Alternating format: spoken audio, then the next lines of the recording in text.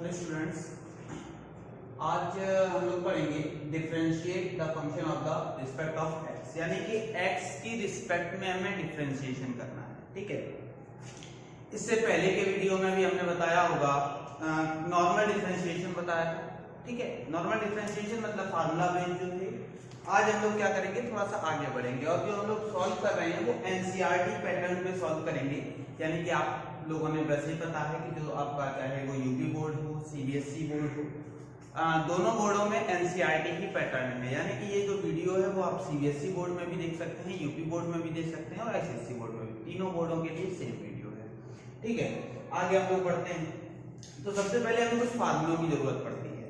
ठीक, जैसे डिफरेंशिएशन की बात करें तो रिस्पेक्ट ऑफ एक्स, तो एक्स के रिस्पेक्ट में करेंगे तो डी अपॉन डी एक्स। ठीक है, यहीं अगर t के रिस्पेक्ट में करते तो d अपॉन dt, y के रिस्पेक्ट में करते तो d अपॉन dy। मतलब हम जिसके रिस्पेक्ट में करेंगे वही हमारा डिफरेंशिएट कहलाता है। ठीक है, उसके बाद आगे बढ़ते हैं। आगे क्या है, कुछ हमने फार्मूले आप लोगों को बताए होंगे। ठीक है, वो फार्मूले आपको याद रखने हैं और यहाँ से राइट डाउन कर लेंगे। आपके पास ये फार्मूले कुछ लिखे हुए हैं। ठीक है, ये जितने भी फार्मूले हैं आपके पास होने ही चाहिए। ठीक, चलिए आगे हम लोग क्वेश्चन पढ़ते हैं। क्वेश्चन पे आते हैं। तो जो हमारे पास पहला क्वेश्चन दिया गया है वो हमारे पास क्या है, पहले क्वेश्चन की अगर बात करें तो पहला क्वेश्चन है साइन एक्स स्क्वायर प्लस 5। ये पहला क्वेश्चन क्या दिया गया है, साइन एक्स स्क्वायर प्लस 5। तो हमने यहां पे लिखा d अपॉन dx, क्योंकि रिस्पेक्ट किसके रिस्पेक्ट में कर रहे हैं, x के रिस्पेक्ट में। तो हमने यहां पे लिखा d अपॉन dx साइन, और यहां पर क्या कह दिया, एक्स स्क्वायर प्लस 5। ठीक, लेकिन हम लोगों ने जो फार्मूला पढ़ा है वो किसका पढ़ा है, d upon dx sine x का क्या होता है, cos x। ठीक है, इसका पढ़ा है d upon dx sine x का क्या पढ़ा हुआ है, cos x। लेकिन हमने देखा यहां तो कुछ और ही लिखा हुआ है। देखा d अपॉन dx साइन तो है लेकिन x की जगह कुछ और लिखा हुआ है। तो हमने थोड़ी देर के लिए मान लिया ये हमारा x है, ये हमारा क्या है, x है। तो हमने देखा अगर ये x है तो जब x, अगर ये x है तो x होता तो cos x होगा। तो इसका डिफरेंशिएशन हमने देखा क्या हो जाएगा, क्या दिया गया था, d upon dx sine x square plus 5, ये तो दिया गया था। तो अगर हमने देखा ये थोड़ी देर के लिए अगर x माना तो इसका क्या होता है, cos x। तो x की जगह लिखा क्या, एक्स स्क्वायर प्लस, इतना क्लियर हुआ। फिर से समझना हमने किया क्या है।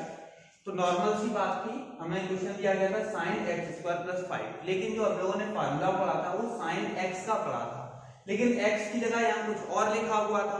तो उसको हमने कह दिया थोड़ी देर के लिए इसको x मान लेते हैं, थोड़ी देर के लिए इसको क्या मान लेते हैं, x। तो अगर इसको थोड़ी देर के लिए x मानते हैं तो हमने देखा sin x का होता क्या है, cos x होता है। तो cos और x की जगह जो माना था वो, और एक और चीज याद रखेंगे, जिसको हम x लेट करते हैं उसका फिर से डिफरेंशिएट करवाते हैं। तो हमने यहाँ पे क्या किया, d अपॉन dx और x लेट किसको किया था, एक्स स्क्वायर प्लस 5 को। इतनी बात समझ में आ गई होगी। अब देखो आगे, यहाँ पे क्या हुआ, cos एक्स स्क्वायर प्लस 5। यहाँ पे देखेंगे एक्स स्क्वायर है तो हमें पता है, एक और हम लोगों ने फार्मूला पढ़ा है, क्या पढ़ा है, d अपॉन dx x की पावर n अगर होता है तो पावर आगे आ जाती है, पावर में से एक कम हो जाता है। तो यहाँ पे हमने देखा हमारे पास क्या है, d upon dx x square है। तो देखेंगे 2 आगे आ जाएगा और एक पावर कम यानी कि 2 की पावर 1, केवल यहाँ पे कितना बचेगा, 2x। तो जब इसका डिफरेंशिएशन किया तो हमारे पास 2x बचा प्लस 5। तो हमने बताया होगा कि कोई भी एक कांस्टेंट है, फार्मूले में भी लिखा होगा, कोई भी एक कांस्टेंट है तो उस कांस्टेंट की वैल्यू क्या होती है, 0। तो यहाँ पर हमने देखा 0 से कोई मतलब नहीं, इस 2x को यहाँ लिख देंगे। तो यहाँ पे हो जाएगा 2x, उसके बाद cos, यहाँ हो गया एक्स स्क्वायर प्लस 5। बात समझ में आ गई होगी। ठीक है, उसके बाद सेम ऐसा ही एक और क्वेश्चन दिया गया है। क्या क्वेश्चन दिया गया है, सेक दिया गया है tan रूट x। क्वेश्चन काफी अच्छा है, ध्यान से देखेंगे, सेकंड नंबर क्वेश्चन। ठीक है, क्या दिया गया हमारे पास, सेक और ब्रैकेट के अंदर tan रूट x। तो देखो फिर से हमने क्या किया, डिफरेंशिएशन किया, डी अपॉन डी एक्स, यहाँ पे लिखा। देखो जिसके रिस्पेक्ट में करेंगे वही नीचे होगा, अगर इस जगह पे टी होता, लेकिन हमसे पहले ही कह रखा है विद रिस्पेक्ट ऑफ एक्स, यानी कि एक्स की रिस्पेक्ट में डिफरेंशिएशन करना है। तो जब x की रिस्पेक्ट में डिफरेंशिएशन करना है तो ऑटोमेटिकली है कि d अपॉन dx करेंगे। तो यहाँ पे लिखा d अपॉन dx, यहाँ sec था बना रहने दिया, यहाँ पे कितना कर दिया tan रूट x। ठीक, अब फिर से वही कंडीशन है। क्या कंडीशन है? हमने फार्मूला पढ़ा है d upon dx sec x का क्या होता है, sec x इंटू में tan x। ठीक, हमने फार्मूला क्या पढ़ा है, d upon dx sec x का क्या होता है, sec x इंटू में tan x। तो हमने यहाँ पे लिखा sec, यहाँ पे कुछ और ही लिखा हुआ है तो इसको हम लोग क्या कर लेंगे, x मान लेंगे। ठीक, तो हमने देखा d अपॉन dx sec और इसको हमने क्या मान लिया, x। तो sec x मानने से क्या हुआ, यहाँ पे क्या हो जाएगा, sec x जब माना तो d upon dx sec x का क्या होता है, sec x। तो sec और x की जगह कितना दिया गया है, tan रूट x इंटू फिर क्या होता है tan x। तो tan और x की जगह फिर से हमने देखा क्या है, tan रूट x। इतनी बात समझ में आ गई होगी। फिर से समझ लो हमने किया क्या है, यहाँ पे कह रहा था sec tan रूट x दिया गया था, तो sec tan रूट x था, तो tan रूट x को हमने क्या कर दिया, x लेट कर दिया। x लेट करने से क्या हुआ, क्योंकि हम लोगों ने फार्मूला पढ़ा है sec x का, क्या होता है sec x into tan x। तो उसी के अकॉर्डिंग sec और ये पूरा x, तो sec x into tan x। और जिसको हम लोग x लेट करते हैं उसका क्या करते हैं, फिर से डिफरेंशिएशन। तो यहाँ पे क्या करेंगे, d अपॉन dx और यहाँ पे किसका, tan रूट x का फिर से क्या करवा देंगे, डिफरेंशिएशन। तो ये तो जैसा लिखा है वैसा लिखा रहेगा, यानी कि sec tan root x into tan root x और उसके बाद फिर से वही कंडीशन आ गई। क्या आ गई, जो हम लोगों ने फार्मूला पढ़ा है वो किसका पढ़ा है, d upon dx tan x का।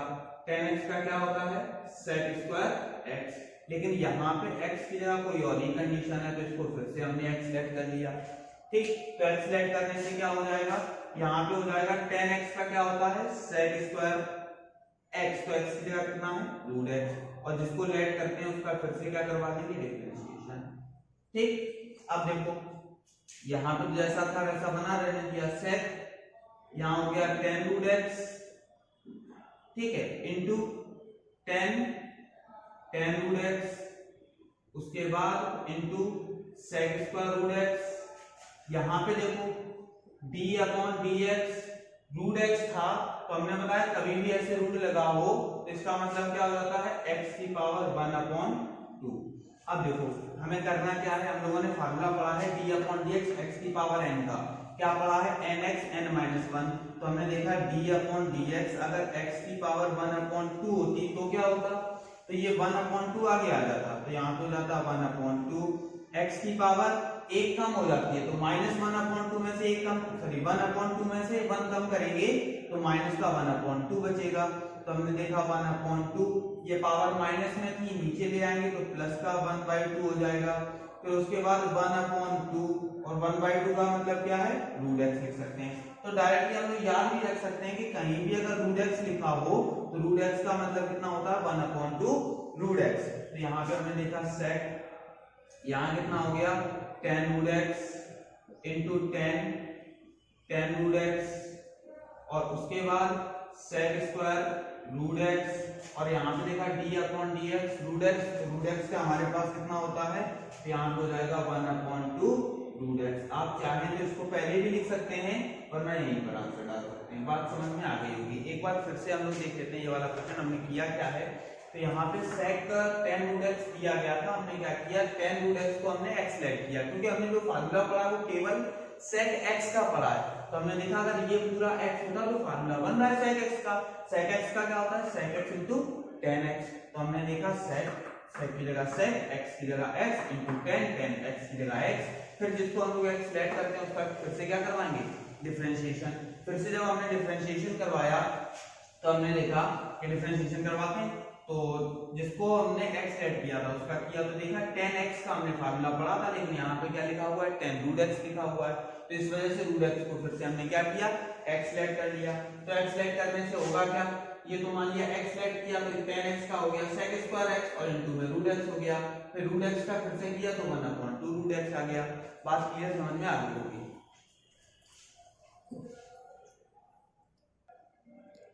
अब ऐसे हम लोग क्या करते हैं, कॉन्सेप्ट सीख लेते हैं।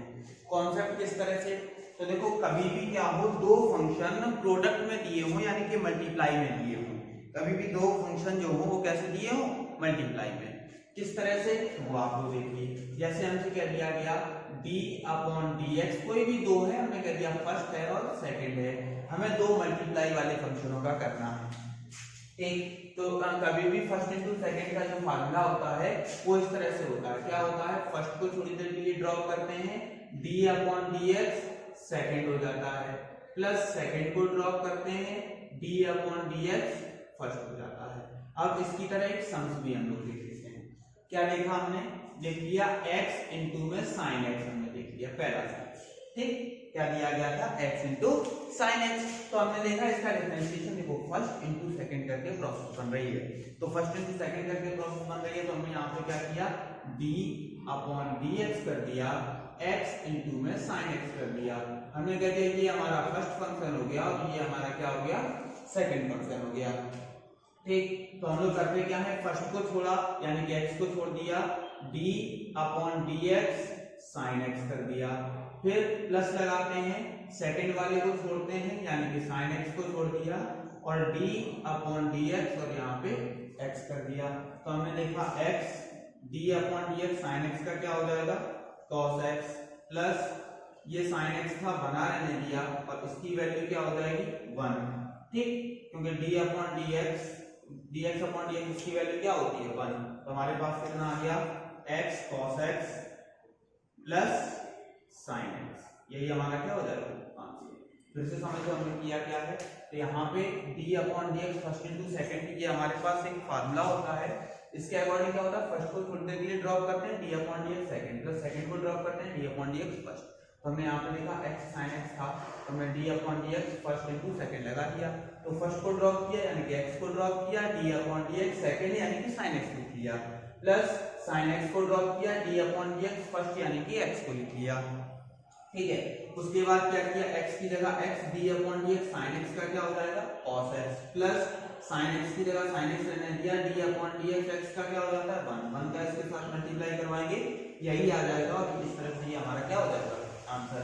ठीक है, इसी तरह कोई भी एक क्वेश्चन दे दिया जाए, जैसे सपोज एक कोई क्वेश्चन दे दिया गया इस तरह से, क्या दे दिया गया, e⁻7x into sine ax plus b। ठीक है, अब हमें इस तरह से क्वेश्चन दे दिया गया, ये थोड़ा क्वेश्चन बेटर है। क्या बेटर है, तो हम करेंगे वैसे ही करने का तरीका भाई, d/dx किया, e⁻7x into sine ax plus b हो गया। तो हमने कह दिया ये हमारा फर्स्ट हो गया इंटू ये हमारा क्या हो गया सेकंड। ठीक, फर्स्ट इंटू सेकंड की वही प्रोसेस होती है। क्या प्रोसेस होती है, फर्स्ट को छोड़ा यानी कि e⁻7x को छोड़ दिया, d/dx सेकंड यानी कि sin ax प्लस b हो गया, प्लस सेकंड को छोड़ते हैं यानी कि sin ax प्लस b को छोड़ दिया, और d/dx e⁻7x हो गया। ठीक, इतनी बात समझ में आ गई होगी। उसके बाद देखो क्या करेंगे, तो उसके बाद हमने देखा यहाँ तो e⁻7x था बना रहने दिया, यहाँ पे हमने देखा d/dx हम लोगों ने फार्मूला किसका पढ़ा था sin x का, लेकिन यहाँ पे x की जगह कुछ और ही लिखा हुआ है, तो इस पूरे को हमने क्या कहते हैं कि x भी लिखा हुआ है। ठीक, तो जब ये x लिखा हुआ है तो sin x का क्या होता है cos x, तो x की जगह ax प्लस b, और जिसको हम लोगों ने x माना उसका फिर से क्या करवाते हैं डिफरेंशिएशन ax प्लस b। ठीक है, उसके बाद देखो आगे बढ़े, प्लस ये जैसा लिखा है वैसा लिखा रहने देंगे sin ax प्लस b। फिर यहाँ पे हमने देखा d/dx e⁻x का हम लोगों ने फार्मूला पढ़ा है, लेकिन यहाँ पे कुछ और ही लिखा हुआ है, तो जब e⁻x का पढ़ा है तो हम लोग क्या करेंगे उसको e⁻x ऐड कर लेंगे। तो e की पावर x x बन गया, तो यहाँ d अपॉन dx e की पावर x का क्या होता है, e की पावर x, तो यहाँ पे हो जाएगा x की जगह 7x, जिसको x मानते हैं उसका फिर से डिफरेंशिएशन, तो d अपॉन dx 7। तो हमने लिखा ये 7 कांस्टेंट है, तो 7 को बाहर लिख लो और d अपॉन dx x हो गया। ठीक है, अब देखो e 7x यहाँ पे cos ax प्लस b, ऐसे डिफरेंशिएशन इसका भी करवाएंगे और इसका भी करवाएंगे। तो हमने देखा d अपॉन dx पहले करवाया ax का, तो देखेंगे ये a कांस्टेंट है, बाहर कर दिया, इसकी वैल्यू हो गई 1। जब हमने इसका ax का करवाया तो केवल a बचा, प्लस अब इसके साथ b x लिखा नहीं, जिसके साथ x नहीं लिखा वो कांस्टेंट हो गया, इसका मतलब ये क्या हो गया 0। उसके बाद प्लस यहाँ पे साइन कितना हो गया ax प्लस b e की पावर 7x, यहाँ देखा इसकी वैल्यू तो 1 हो गई, केवल हमारे पास 7 बचा, तो इनटू में 7। अब देखो यहाँ केवल a बचा, a को पहले लिखेंगे, तो e की power 7x cos ax plus b plus ये वाला 7 पहले लिख लो, तो 7 sin ax प्लस b और इनटू में e की पावर 7x, यही हमारा क्या हो जाएगा आंसर। बात समझ में आ गई, ठीक है। तो इस तरह से हमारा एक और कंडीशन खत्म हो गई फर्स्ट इनटू सेकंड की। एक और कंडीशन होती है हमारी किसकी, न्यूमरेटर अपॉन डिनोमिनेटर की, वो वाली कंडीशन और खत्म करते हैं।